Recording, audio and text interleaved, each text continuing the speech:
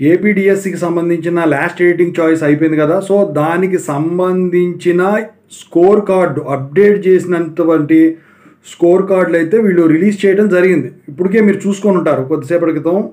అయితే ఇప్పుడు చాలామంది అడుగుతూ ఉన్నారు ఏంటంటే బెస్ట్ స్కోర్స్ ఏంటంటే మెరిట్ లిస్ట్లో జాబ్ రావడానికి ఛాన్స్ ఉండేది అని చెప్పేసి అడుగుతూ ఉన్నారు. దాని గురించి ఇప్పుడు చెప్పదచ్చాను.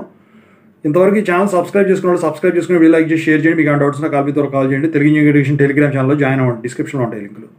ఇక టాపిక్లో వెళితే ఏంటంటే చాలామంది వచ్చేసరికి కొంతమంది ఏమో ఇప్పుడు స్కూల్ అసిస్టెంట్కి కానీ ఎస్జిటీలకు కానీ లేకపోతే మ్యాథమెటిక్స్ సబ్జెక్టుకి కానీ సోషల్ సబ్జెక్టుకి కానీ తెలుగు కానీ ఇంగ్లీష్కి కానీ నాకు 80 వచ్చినాయి, నాకు 60 వచ్చినాయి, 44 వచ్చినాయి, 40 వచ్చినాయి, ఇవన్నీ కూడా వీళ్ళు పెడతా ఉన్నారు.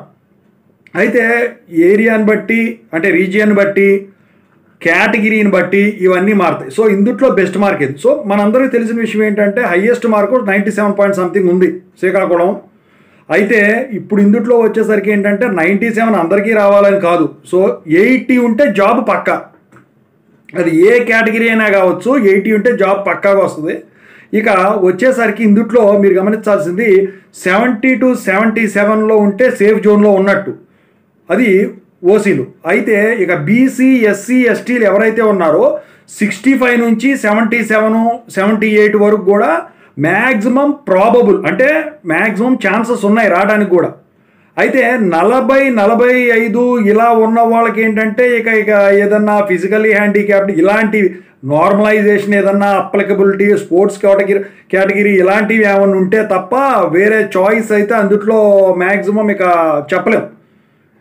సో అది లక్ అనమాట ప్యూర్గా వస్తే. సో సేఫ్ జోన్ నాకు తెలిసి అది హయ్యెస్ట్ అయినా కాకుండా లోవెస్ట్ అయినా కాకుండా సేఫ్ జోన్లో జాబు పక్కాగా రావాలంటే 80, 75 to 80.